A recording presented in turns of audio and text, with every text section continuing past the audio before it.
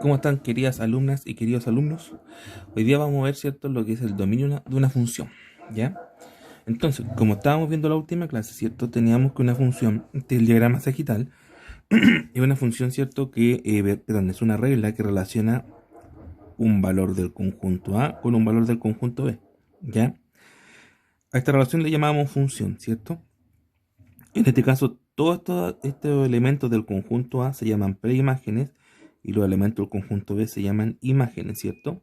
A cada preimagen le corresponde una única imagen. Estamos en este caso al 3 y al 5 le corresponde al 4. Eso sí puede ocurrir, ¿cierto? Porque tenemos dos preimágenes con la misma imagen, sí puede ocurrir. Y tenemos que al 7 le corresponde la imagen 2, ¿cierto? Lo que no puede ocurrir es que a una preimagen tenga dos imágenes, dos o más imágenes distintas. Eso no puede ocurrir, ¿ya? Este conjunto que está formado por las preimágenes se va a llamar dominio de la función, ¿ya? El conjunto formado por todas las preimágenes, es decir, por todos los valores que entran a la función, es lo que se llama el dominio de la función. Y este conjunto, que es por decir una forma el conjunto de llegada, se llama recorrido de la función. Dominio de la función, recorrido de la función, ¿ya? Cuando formamos un conjunto que se llama gráfico de f, que son todos los pares ordenados, ¿ya? El dominio de la función está dado por los primeros elementos, ¿ya? ¿Estamos? Los primeros elementos serían el dominio y los segundos elementos serían el recorrido. De esa forma, ¿cierto? Si yo quisiera establecer el dominio de la función, ya el dominio de la función serían los números 3, 5 y 7. ¿Ya? 3, 5 y 7. 3, 5 y 7. ¿Ya? Y el recorrido de la función serían los segundos elementos, es decir, en este caso el 4 y el 2. ¿Ya?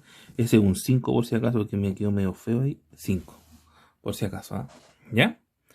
En un gráfico, ya en el sistema de eje coordenado, ¿cierto?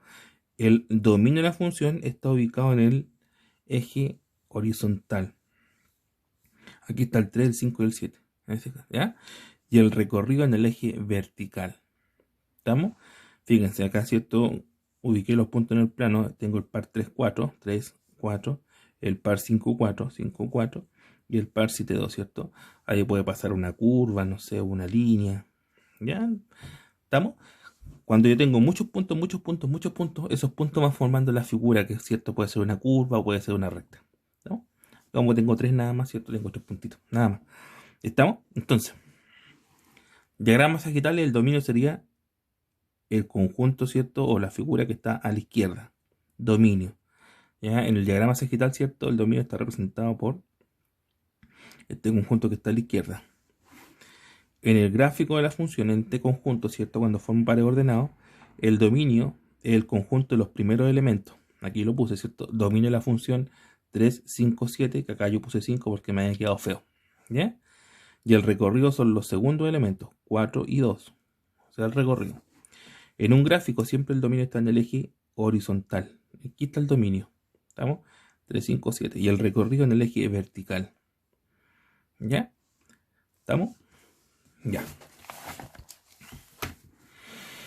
Ahora, el dominio van a ser los valores que van a entrar a la función para que la función, para poder aplicarle las distintas operaciones, ¿cierto? Que la función, por la cual la función está formada, ¿me entienden? ¿Ya? Ahora, hay funciones, ¿cierto?, cuyo dominio son todos los reales. ¿A qué me refiero con esto? ¿Ya? Hay funciones, ¿cierto?, que no hay ningún número que la indetermine. ¿Ya? O sea, no existe ningún problema con ningún número. Yo puedo ingresar cualquier número a esa función y no va a tener nunca un problema. ¿Estamos? En ese caso digo que el dominio de la función son los números reales. ¿Ya? Eso se escribe así. Dominio de f igual a r. Y si lo quiero escribir con intervalos, que también se puede hacer, sería del menos infinito al más infinito. Estas dos son formas equivalentes de escribir, ¿cierto?, que el dominio de una función es cualquier número, ¿ya? O cualquier número real. Estamos trabajando solamente con números reales, ¿eh? Los complejos acá nos van a servir, porque los complejos tienen una teoría de funciones muy distinta. ¿Estamos? La teoría de funciones con los reales es la que estamos viendo nosotros. De hecho, ¿cierto? Es como así como hay cálculos que nosotros estamos viendo un cálculo en este momento, ¿cierto? También tengo cálculos en variable compleja. ¿Ya? No sé, otra cosa. Fíjense, ¿qué funciones tenemos, ¿cierto? Cuyo dominio son los reales? Las funciones polinómicas. Es decir, la función AXB, una función lineal o una función afín puede ser también. Una función cuadrática, una función de grado 3, etcétera. Cualquier función, ¿cierto?, que no tenga variable en el denominador. ¿Ya?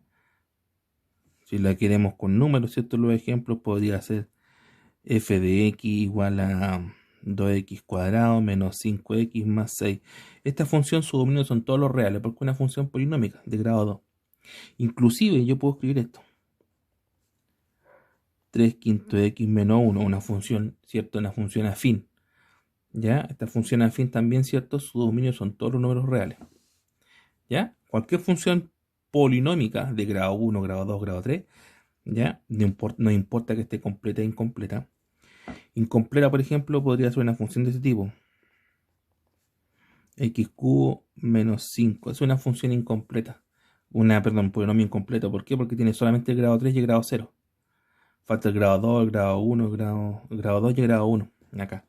Pues no importa. De igual forma, ¿cierto? Una función cuyo dominio son todos los números reales. ¿Ya? Eso ya lo vieron en primero, ¿cierto? Primero y segundo. Las funciones trigonométricas, pero en particular la seno y la coseno.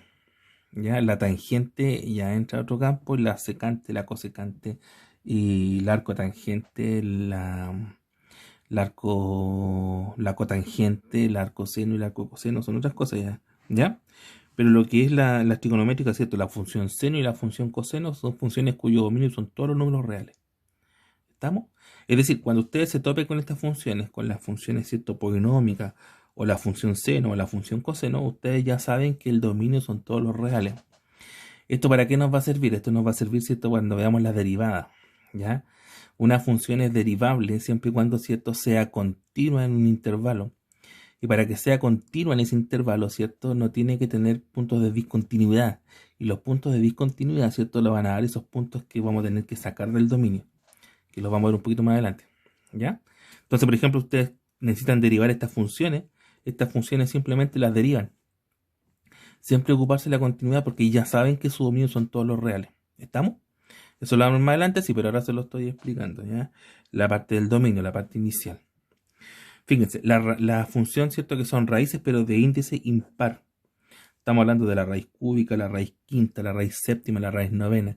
Esas funciones no tienen ningún problema. En este caso también el dominio son todos los reales.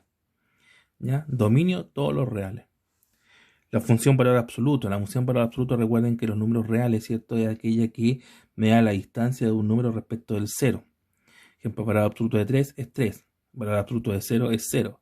Valor absoluto de menos 15 es 15, porque me da distancia. Entonces, siempre positiva. ¿Ya? Entonces, valor absoluto de x va a ser igual a x si x es positivo, menos x si x es negativo. Ese menos x quiere decir que siempre va a ser positivo. ¿Ya? Por ejemplo, valor absoluto de menos 18 es 18. Valor absoluto de menos 25 es 25. Valor absoluto de 30 es 30. Valor absoluto de 40 es 40. ¿Ya? Esta función también, ¿cierto? Sus dominios son todos los reales. No hay ningún problema con ningún número. La función exponencial. ¿Ya? La función exponencial a elevado a x cuando la variable es el exponente. Esta función, ¿cierto? Bueno, el x no puede ser ni 1 ni 0 porque dejaría de ser exponencial, ¿ya? Pero esta función, ¿cierto?, de a elevado a x, donde el exponente es la variable, que también vieron el año pasado, creo, ¿cierto? Esta función tampoco tiene ningún problema, o sea, su dominio son todos los números reales. ¿Ya? Entonces, ¿cuáles son las funciones que vamos a tener que analizar? Funciones que sí requieren análisis. Las racionales. Cuando hablamos de función racional, hablamos de función racional, ¿cierto?, cuando tengo una función de la forma p de x partido por q de x. ¿Ya? Es decir, en este caso voy a tener variable en el denominador. Por ejemplo, ¿cierto? Por ejemplo, la función 2x menos 1 partido por x más 3. Eso es una función racional, porque tiene variable en el denominador. Estamos lo mismo cuando vimos las inecuaciones. ¿Estamos? Cuando ya aparece, ¿cierto?, una variable en el denominador, ahí ya tenemos que analizarla. ¿Ya? ¿Por qué? Porque el denominador tiene que ser siempre distinto de cero. Y para que el denominador sea siempre distinto de cero, lo que vamos a tener que hacer es evitar que ese denominador sea cero. Y vamos a tener que sacar ese número del dominio. ¿Estamos?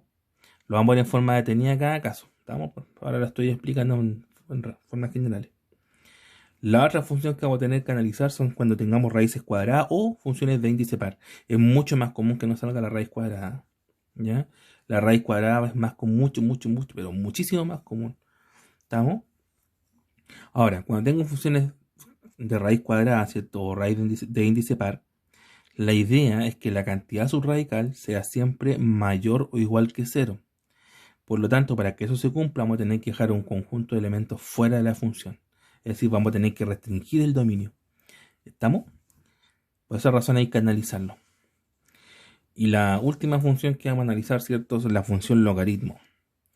Tenemos el logaritmo, ¿cierto?, de una expresión. Esa expresión tiene que ser siempre, siempre mayor que cero. Mire, aquí lo repetí. No lo repetí. Tenemos el logaritmo, ¿cierto?, de esta expresión que se llama argumento. Ese argumento tiene que ser siempre mayor estricto que cero. No puede ser mayor igual, tiene que ser mayor estricto.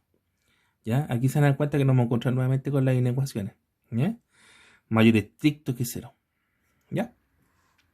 Ahora, en cálculo, que es lo que nosotros estamos estudiando, se usa más el logaritmo natural, ln, que el logaritmo. ¿Ya? Nos va a salir mucho más el logaritmo natural.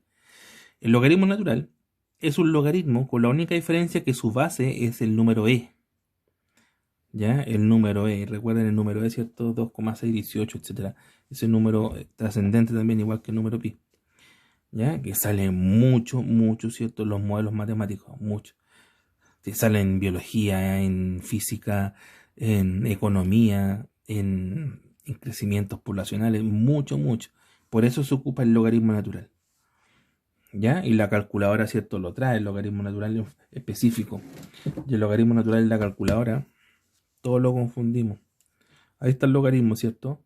Y acá al lado está el logaritmo natural. Que en algún momento todos creemos que eso es una IN, pero no, es una LN, logaritmo natural. ¿Ya? Logaritmo natural. ¿Ya? Es el que se emplea en cálculo. ¿Ya? El otro sale re poco, en realidad, que se ocupa más logaritmo natural. ¿Estamos, chiquillos? Entonces lo que voy a hacer ahora va a ser un video de, no es largo, se van a dar cuenta que es corto, de cada caso. ¿Ya? Voy a cortar, esto es como un video introductorio. Ya ahora voy a analizar cada caso en forma independiente, solo independiente, y cierto, después se pueden ir combinando. ¿Ya? Pero hoy día vamos a trabajar solamente en forma independiente. Está, chiquillos, que estén súper bien. Nos vemos en el otro video.